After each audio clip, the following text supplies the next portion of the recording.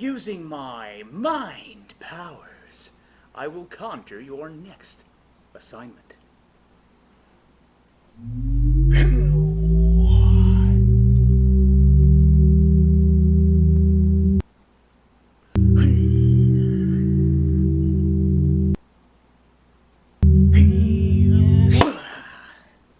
Ha! There it is. Awesome.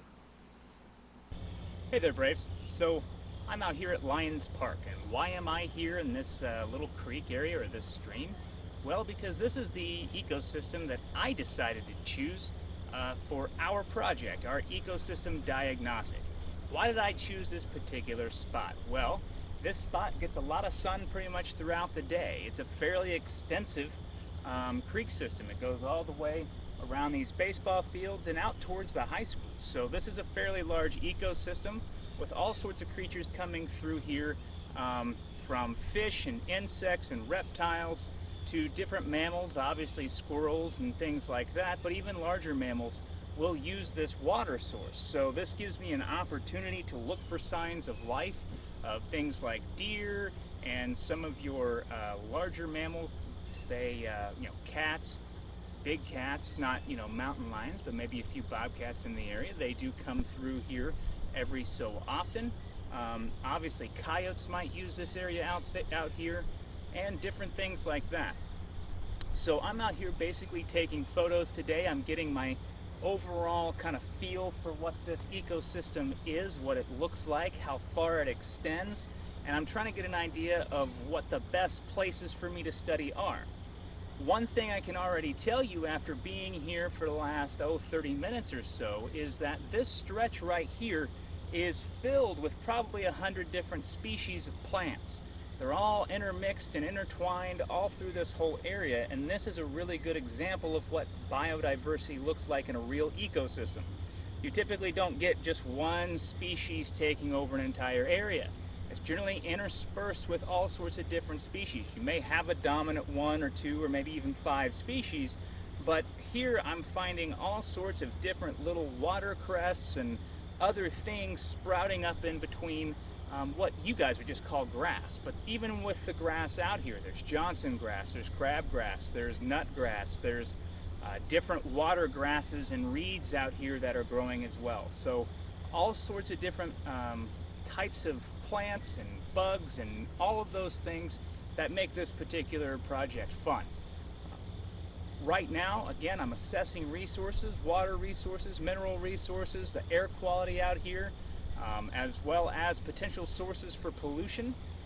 Anything that might be considered abiotic factors I am taking note with and taking photos of right now. And really, again, like I said, I'm just out here to get a general first look at this ecosystem before we move into the interaction studies and the ecosystem roles and all of that stuff. So here I am, Lions Park. I would highly recommend this spot for your own study. There's a lot out here to see.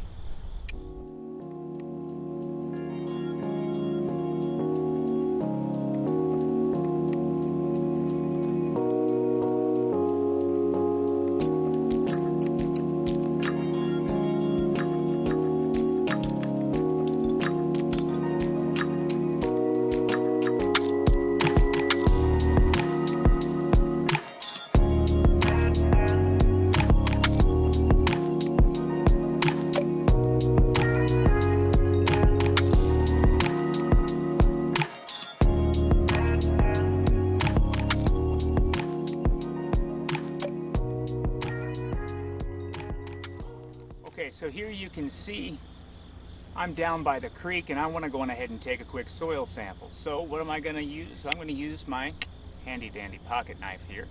And really all I need to do is cut out a couple inch section here of the soil. Now I want to try and make a nice cut so I can put things back the way they were. I don't want to disturb this ecosystem any more than I have to. Really, I'm just trying to see about how, about knife blade deep, how good the soil is. Now, we can obviously dig deeper, and the deeper we go, we should expect to see roots and things going down maybe a few feet, but that's not really necessary for assessing what we're trying to assess here.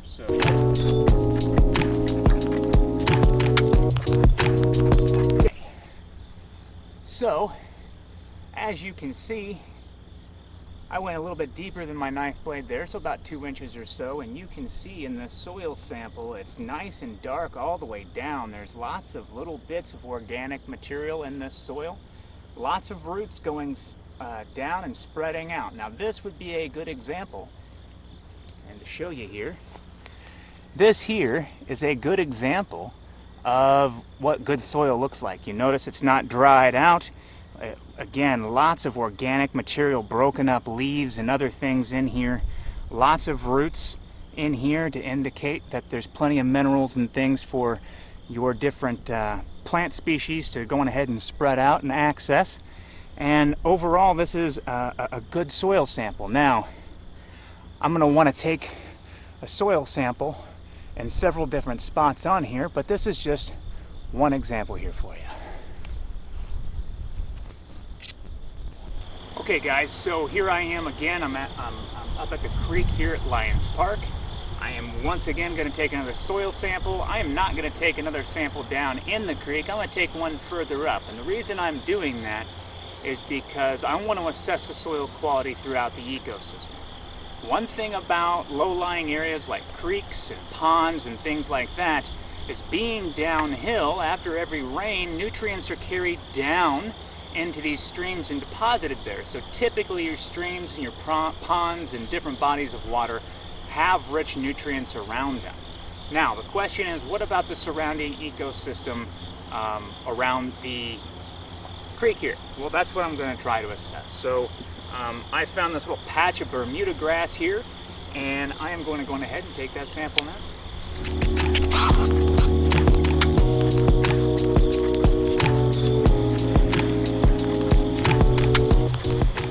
What you can see here is this is a really clay-rich soil here around the pond.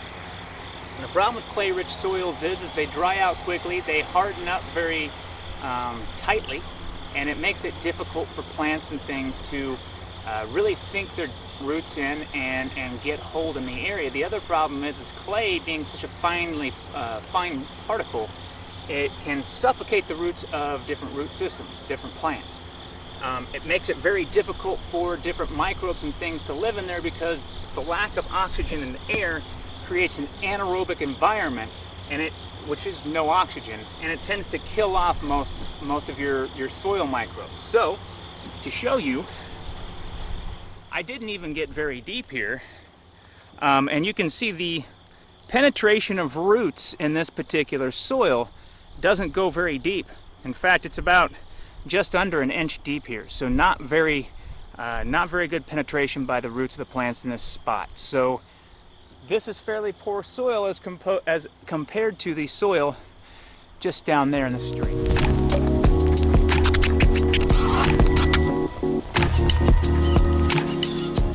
So one thing I wanted to point out, I'm up here taking photos and getting a general idea of the different creatures and organisms that live in here, really the different plant species that are out here. And already I can see man's interference with this ecosystem. There's several invasive species out here, which invasive species are just things that aren't from here that were brought here by man and then take off because there's no natural predators or defenses for that particular species. The ecosystem didn't evolve to combat that species, so they take over. Japanese honeysuckle is number one, and then I have this ivy over here. The species name I can't remember off the top of my head, but it's an ivy that we use for ground cover in gardens, and you tend to see it climbing up trees as well as spreading out over the ground and kind of choking everything else out. And both of these things will completely take over an area. Japanese honeysuckle is very, very damaging to ecosystems because it dominates the tree lines. And it keeps all of the other plants that would be providing the pollinators and other things like that rely on flowering plants that pop out through the year. Well, it keeps all of those out of the tree line right here at the edge of the forest, where you generally find some sort of a flower throughout the year, and it only produces its flower in the spring. So then it puts off a berry by late summer, and then that is the only pollination source for a lot of creatures if they take over. Now, if that Japanese honeysuckle isn't there, you have daisies and sunflowers and asters and snakewort and all sorts of different plants that, some will be flowering in June, some in July, some in August. So then there's always a source of pollen and nectar for your pollinators.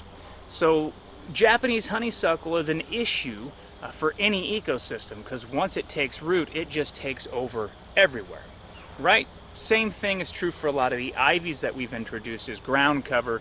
They're really nice in a garden because you don't have to do much with them. They really kind of take over and make your garden nice and green. However, the problem is when they get out in nature, they wreak havoc.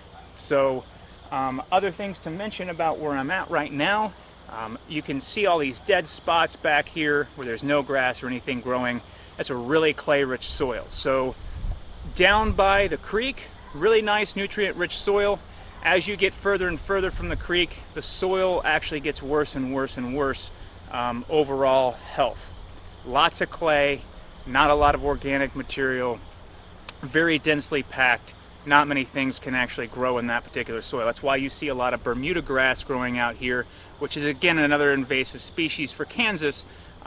Bermuda grass doesn't need as good a soil to grow as a lot of the native species. So that's a quick assessment of the spot that we're in. Okay, Braves. So I just kind of went through what my ecosystem looks like, and for a lot of you, you're going to be, doing the exact same thing I am. A lot of you will probably go out to Lions Park. I encourage you guys to go to whatever ecosystem interests you the most. Again, just make sure that you're being safe.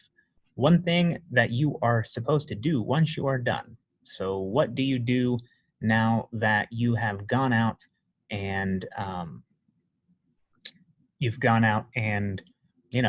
explored your ecosystem? Well, this is where you're going next. So you need to go to your project slides, and what you're going to start filling in is, well, notes about your area. And you can see here, I have a satellite view of the ecosystem that I am exploring and investigating. You want to make sure you're adding photos in of what your ecosystem looks like so that we can get a good idea of where you are and what's interesting about it. And then you're going to go in and you're going to fill in information about the soil sample you took. Is it rich in organic material, all that stuff. You'll have 3 different soil samples that you're taking. So that's 3 different photos and notes about the soil sample that you took. Basically, you're trying to write down things that let you know whether or not it's good quality soil. Once you fill that out, you have some questions here to answer. You can see that I've done that here as well for the ecosystem that I was just in. And going ahead and make it apparent of what my answers were here. And after that, you're going through and getting into the different abiotic factors of your ecosystem, the water source, the air quality, and that's really all you're doing for this part. Once you get to this slide here, you're going to stop, and then we will go over this as a group in our Zoom sessions next week.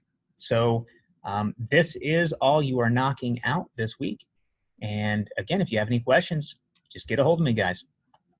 I'll see you later.